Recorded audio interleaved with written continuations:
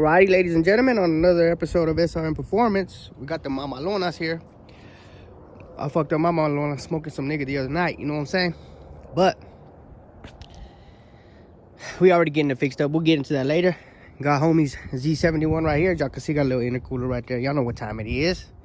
But today, the issue today that we're having is we have a 2006 Jeep Grand Cherokee. Oh man, hold up. Let me clean the lens. Every time, gotta clean the lens. There you go.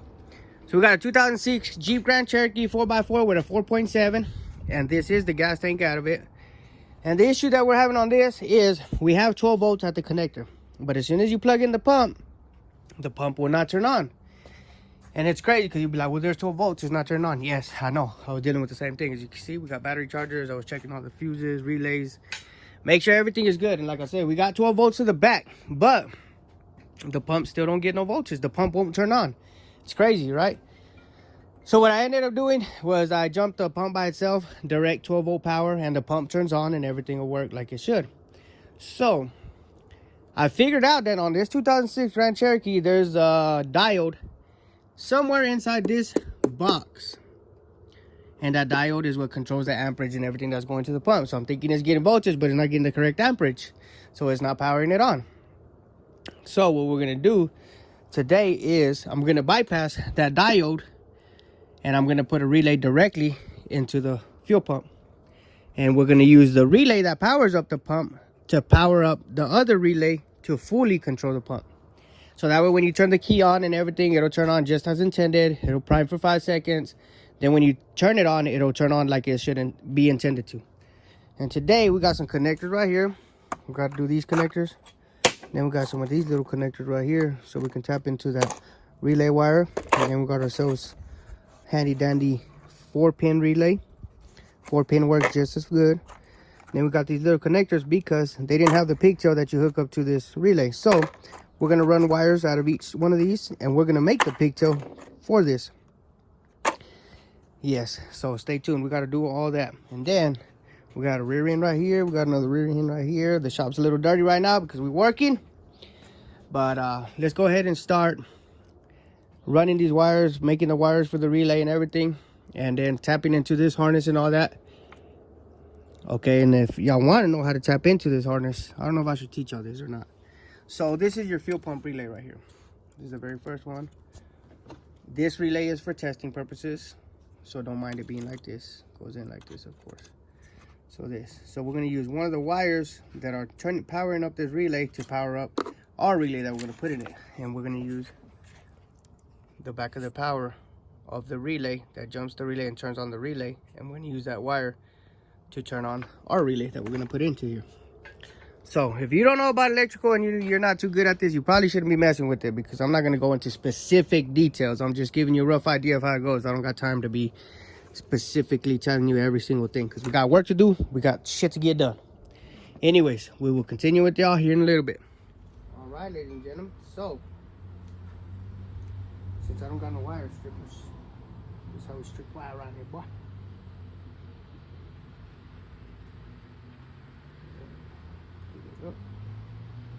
There you go. So anyways, remember I told you that at O'Reilly's and AutoZone they don't sell the pigtail or the 5-pin pigtail that goes to the relay. So here's the relay, and we're making this one and this one. It's a 4-pin relay. Should be different colors, but we'll know what we're doing. And after we get these done, pause around. All right, and after we get these done and ready, we're gonna use these. Look at this. Read that.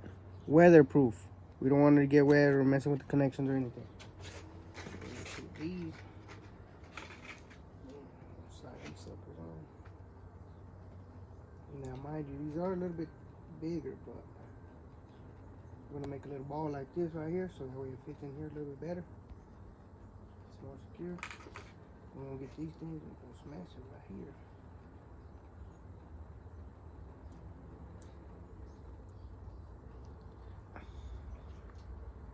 That one crimped on there.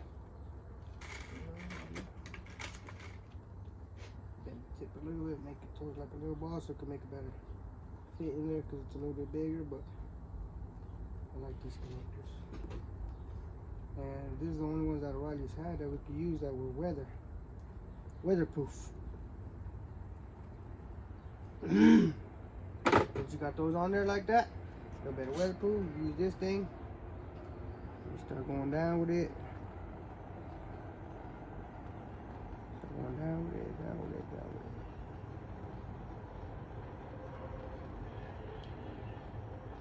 Now mind you, this is a little bigger, so it's going to take a little bit to shrink onto the wire.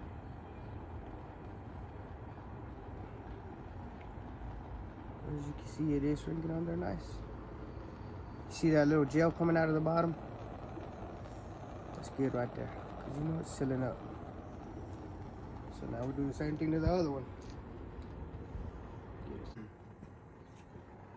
All right, now that we got these done, we'll hook it up to the relay, and then we'll start running wires. But get back with y'all when we start hooking the wires up in the relay and placing the relay. All right, my people, as you can see, we are in the Jeep. Let me turn this down before I get a copyright. Yeah. Anyways, we're here at the school picking up Elijah. We're test driving this thing. We've been driving it for like the last 30 minutes. Runs good. We're gonna let it run for another hour or two, and then